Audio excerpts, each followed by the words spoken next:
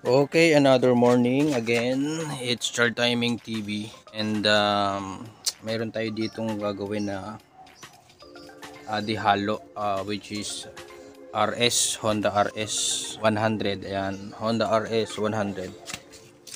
Ang problema nito ay walang kuryente na lumalabas. So silipin natin bakit wala siyang kuryente. Alright.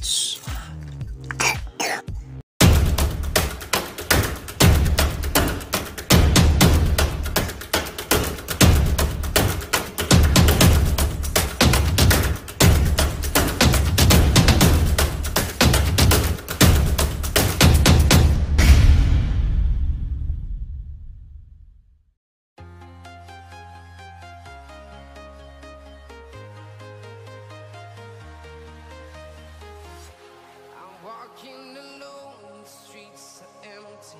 The only thing I can see is my own silhouette. I'm getting stronger, step by step. The clock is ticking, but there's no time for regrets. I've been flying from town to town, from London to Taiwan. I've been all around the globe, trying to protect your soul. We are heroes tonight. We will fly above the sky. We are heroes tonight. Yeah. We are heroes tonight. Okay. Bali ito yung stator niya. So ito yung primary, tapos ito yung kanyang light coil. Ito yung contact point ng platino, ito yung kanyang primary, at ito yung light coil and charging coil. So kung mapapansin nyo, meron niyang 5 wirings, ano. So yung dilaw, yan yung ating light coil. Ito po full wave na natin to. Tapos kasi yung aking ito. So ito yung gagamitin natin na primary, yung RXT 135 na primary coil. Alright, tapos full wave muna natin to. Ito, pakita ko sa inyo yung gagawin natin para may full wave natin siya.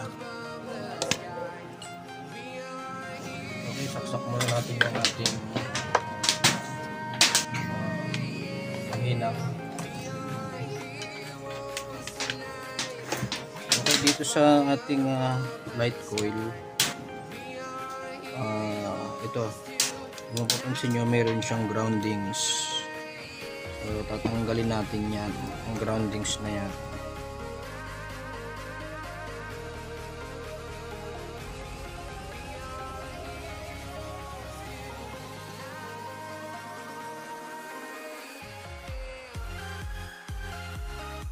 Okay, so tapos na yung ating ginawang conversion.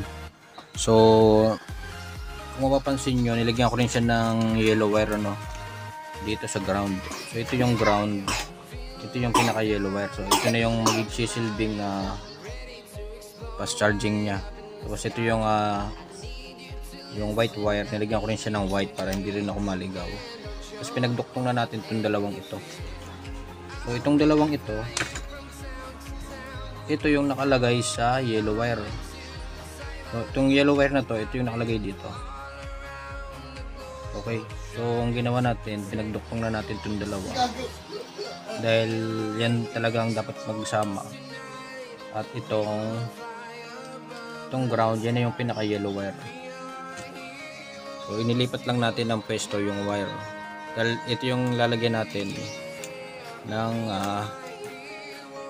charging coil mamaya. Charging coil, yung ating charger mamaya. Alright, so ganyan lang kasimple mga ka-timing. So, dalawang wire lang. Okay, salpak na natin. Okay, tapos ito na, ikabit na natin yung primary.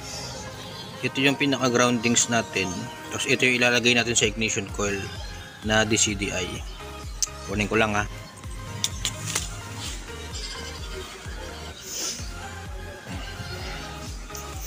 Okay. So ito yung ignition coil na may combination ng CDI.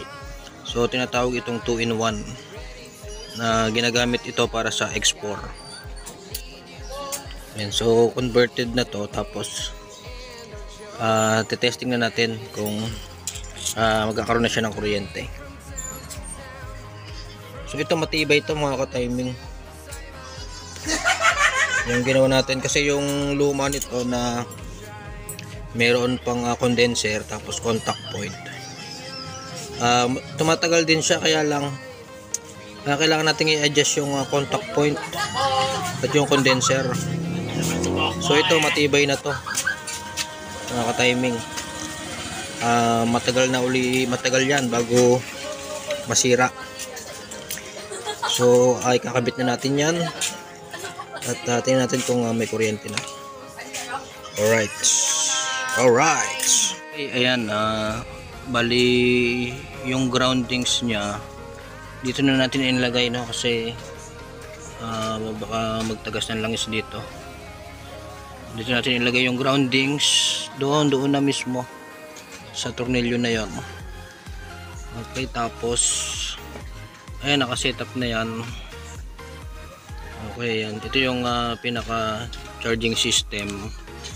Kasi wala naman siyang regulator, lalagyan muna natin siya ng regulator muna. Bali hanap pa tayo sa bodega. Bali palabasin lang natin yung kuryente kasi yun naman yung ating main purpose. Yung palabasin yung kuryente nito gamit yung conversion na primary. Okay, tapos ito, ayan, tingnan natin kung may lalabas na kuryente dito. Ren, sali ka, Ren, sipain mo nga muna to, sus. Sipain mo muna to, sus. Tingnan natin yung kuryente mga ka-timing. Okay, ayun, may kuryente na. Ayan, no, sapa-sapa. Ayun, alright, ayun. Ayan, may labas na kuryente. So pasisipain natin ni Mia. Tingnan natin kung may waandar. Okay, ayan, medyo gabi na. Ayan, isinalpak natin yung tangke. Tapos ayan, testing natin kung andar rin, sipa. Okay na yan.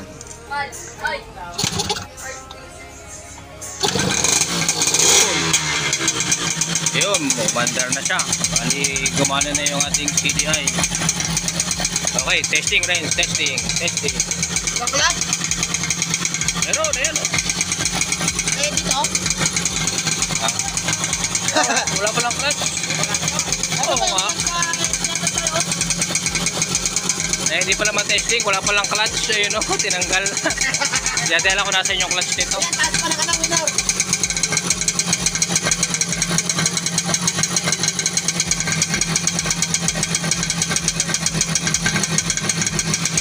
Alright.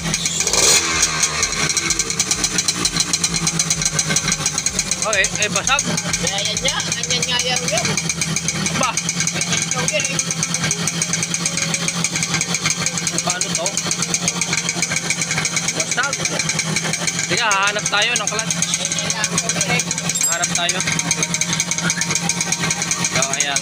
Okay na. Bali ito, mga ka-timing. Ito. Pre, sabak ako muna. Bibig-video mo.